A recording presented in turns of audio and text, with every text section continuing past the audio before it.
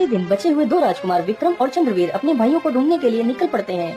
विक्रम और चंद्रवीर फिर से दोनों भिन्न भिन्न दिशाओं में निकल पड़ते हैं। विक्रम भी चलते चलते वहीं पहुंच जाता है जहां उसके दो भाई पत्थर की मूर्ति बन चुके थे।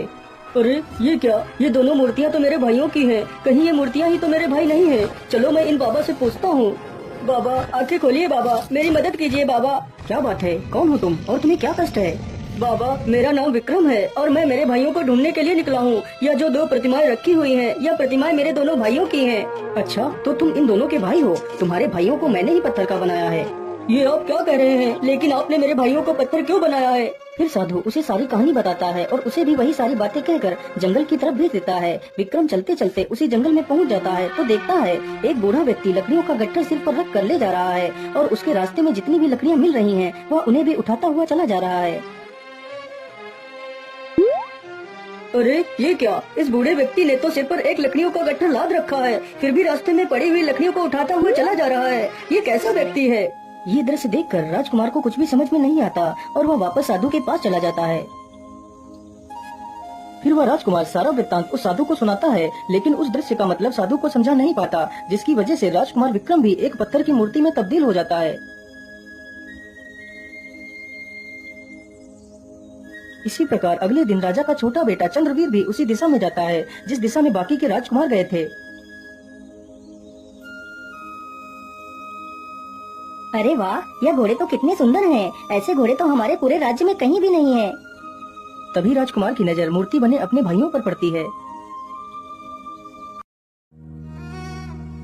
अरे ये तो तीनों मेरे भाई हैं, लेकिन इन्हें तो किसी ने पत्थर बना दिया है। हे भगवान, ये क्या अनर्थ हो गया? मेरे भाइयों को किसी ने पत्थर बना दिया।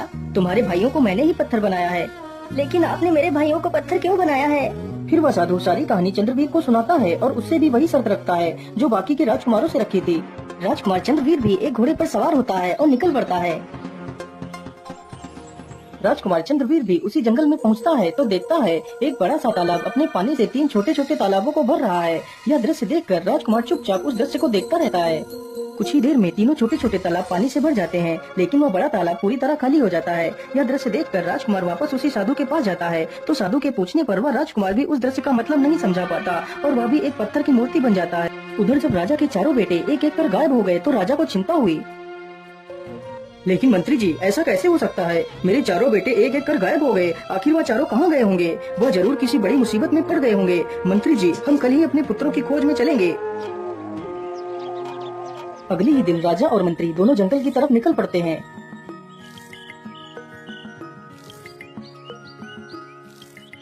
महाराज, हम अपने चारों राजकुमारों को ढूंढने के लिए तो निकल पड़े हैं, लेकिन हम उन्हें ढूंढेंगे किस दिशा में? मंत्री जी, मेरा बड़ा पुत्र दक्षिण दिशा में गया था और वापस नहीं आया। यह बात मुझे मेरे तीनों पुत्रों ने बताई थी। इसका मतलब है मेरे चारों बेटे दक्षिण दिशा में ही गायब हुए हैं, इसलिए हम दक्षिण दिशा की ओर ही जाएंगे। इतना कहकर दोनों दक्षिण दिशा की ओर चल देते हैं। दोनों चलते चलते उसी स्थान पर पहुंच जाते हैं जहां पर उनके चारों बेटे पत्थर बन चुके थे। महाराज, उधर देखिए, कितने सुंदर घोड़े हैं। यह दिखने में तो कितने अद्भुत है महाराज। राजा मंत्री की बातों पर कोई ध्यान नहीं देता। वह तो सिर्फ अपने पुत्रों को ढूंढने के लिए निकला था। तभी उसकी नजर उसके पुत्रों की प्रतिमाओं पर गई। राजा समझ गया यह उसके पुत्र ही हैं। राजा चुपचाप घोड़े से नीचे उतरता है और अपने पुत्रों के पास जाता है।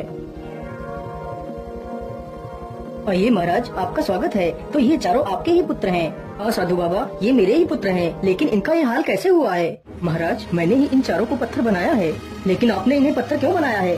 क्योंकि महाराज, आपके ये चारों पुत्र मेरे किसी भी सवाल का जवाब नहीं दे पाए हैं। लेकिन आपने इनसे ऐसे क्या सवाल पूछे हैं जो इन्होंने नहीं बता पाए? महाराज, यदि आप मेरे सवालों के सही जवाब दे दें तो मैं आपके पुत्रों को फिर से ठीक कर सकता हूँ। हाँ हाँ, पूछिए साधु, तुम हमसे कौन से सवाल पूछना चाहते हो? महाराज, मैं आपके बड़े पुत्र का सवाल बताता हूँ। आपके बड़े पुत्र ने जंगल में देखा कि पेड़ पर ढेर सारी सब्जियाँ लगी हैं, जिनकी रक्षा कुछ डंडे कर रहे हैं, लेकिन बाद में वही डंडे एक हंसिया बनकर उनकी सारी सब्जियों को काट रहे हैं। महाराज, यदि आपको भी यह दृश्य देखना है तो आप मेरे किसी भी शाही घोड़े को ले जा सकते हैं। नहीं नहीं साधु, इसके लिए तुम्हारा शुक्रिया। मैं तुम्हारे सवालों का जवाब यहीं से दे सकता हूँ। साधु, इस दृश्य का मतलब है यह एक ऐसे आदमी की तस्वीर है जिसके पास कुछ पैसा सुरक्षा के लिए रखा गया हो और जब उस पैसे का मालिक अपना पैसा मांगने आया हो तो उस आदमी ने उस पैसे को कहीं खर्च कर दिया हो या तो फिर कहीं छिपा दिया हो, जिससे उसका पैसा उस मालिक को न मिल सके। राजा ने जैसे ही अपना वाक्य पूरा किया तो उसका बड़ा बेटा उसके सामने जिंदा और तंदुरुस्त होकर खड़ा हो गया। महाराज, अब मेरा दूसरा सवाल सुनिए। तुम्हारे दूसरे बेटे ने एक नई पैदा हुई बच्चिया को देखा जो अपनी माँ को दूध पिला रही थी। इस दृश्य का मतलब क्या है? अरे साधु, बड़ी ही अजीब बात है कि उसको यह देखकर किसी ऐसी स्त्री की याद क्यों नहीं आई जो अपनी बेटी की कमाई पर जिंदा रहती हो। राजा के यह कहते ही राजा का दूसरा बेटा भी जिंदा हो जाता है। वाह राजन वाह, तुम तो वाकई में कितने बुद्धिमान हो। चलो अब मेरा तीसरा सवाल सुनो। तुम्हारे तीसरे बेटे ने देखा था कि एक बूढ़ा व्यक्ति जिसने अपने सिर पर लकड़ियों का गट्ठर रखा हुआ था, वह फिर भी रास्ते में चलते हुए लकड़ियों को उठाता हुआ चला जा रहा था। इसका क्या मतलब हो सकता है? साधु, ये इस बात को दर्शाता है कि कुछ लोग ऐसे भी होते हैं जिनके पास जो कुछ भी होता है वह उससे संतुष्ट नहीं होते और उनको हमेशा और ज्यादा की इच्छा बनी रहती है। राजा के इस उत्तर को बोलते ही तीसरा बेटा भी जीवित हो जाता है। महाराज, अब मेरा चौथा और अंतिम सवाल सुनो। तुम्हारे चौथे बेटे ने एक बड़ा सा तालाब देखा था जो 3 छोटे छोटे तालाबों को अपने पानी से भर रहा था, लेकिन अंत में वह बड़ा तालाब पूरी तरह खाली हो जाता है और वह तीनों छोटे छोटे तालाब भर जाते हैं। हे साधु, वह बड़ा तालाब दुनिया के उन आदमियों के समान है जो दूसरों को देने के लिए अपना सब कुछ खर्च कर देते हैं, पर बदले में उन्हें क्या मिलता है? कुछ भी नहीं। राजा के इस जवाब पर उसका चौथा पुत्र भी जीवित हो जाता है। वाह महाराज वाह, आप तो सचमुच ज्ञान का प्रतीक हैं। मैं आपसे बहुत प्रसन्न हुआ। आप मुझसे कुछ भी वरदान मांग सकते हैं। हे तपस्वी, हमें कुछ भी नहीं चाहिए, बस आपने हमारे पुत्रों को सही सलामत लौटा दिया, यही मेरे लिए काफी है। साधु बाबा, बस आप मुझे इतना आशीर्वाद दीजिए कि हमारा राज्य सही सलामत रहे और ऐसे ही खुशियों से जगमगाता रहे। हाँ महाराज, ऐसा ही होगा, आपकी सारी इच्छाएं पूर्ण होंगी। इतना कहकर वह साधु वहाँ से गायब हो जाता है। फिर वह राजा अपने चारों बेटों सहित खुशी खुशी वापस लौट जाता है।